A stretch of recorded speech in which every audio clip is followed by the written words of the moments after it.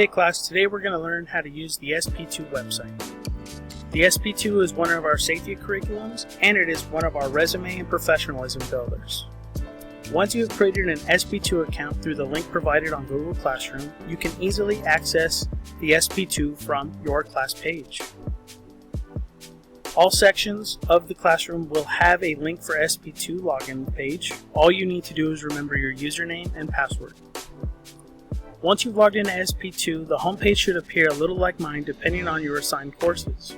If you're in year 1, all that should display is the safety and environmental. If you're in year 2, all that should display is soft skills. And if you're in year 3, all courses should be available to you.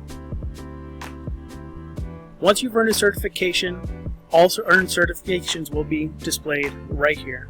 If you have not earned it, it will not display.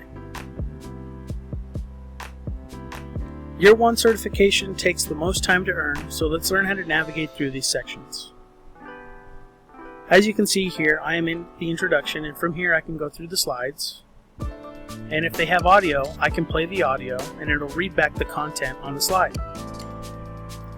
I'm free to go through the slides and review the information as I please, but when I get to the end, I have to take a module quiz. This module quiz must be passed with a score of 90 or above, and I have 5 attempts to do that. Once the quiz is done, if I click on modules completed, it'll highlight a green check mark indicating that I've passed that section.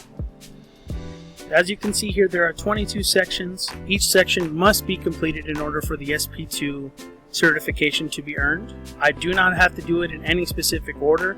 I can jump around, I can go back. However, in order for me to take the final exam, I do need to complete every section before that. Once the final exam has been taken and passed, it will display that this section is completed and give you a certification. At any time, if you need help, should you be locked out, or forget your login information, please reach out to me as I can help you with unlocking of a test and help you get back into your account.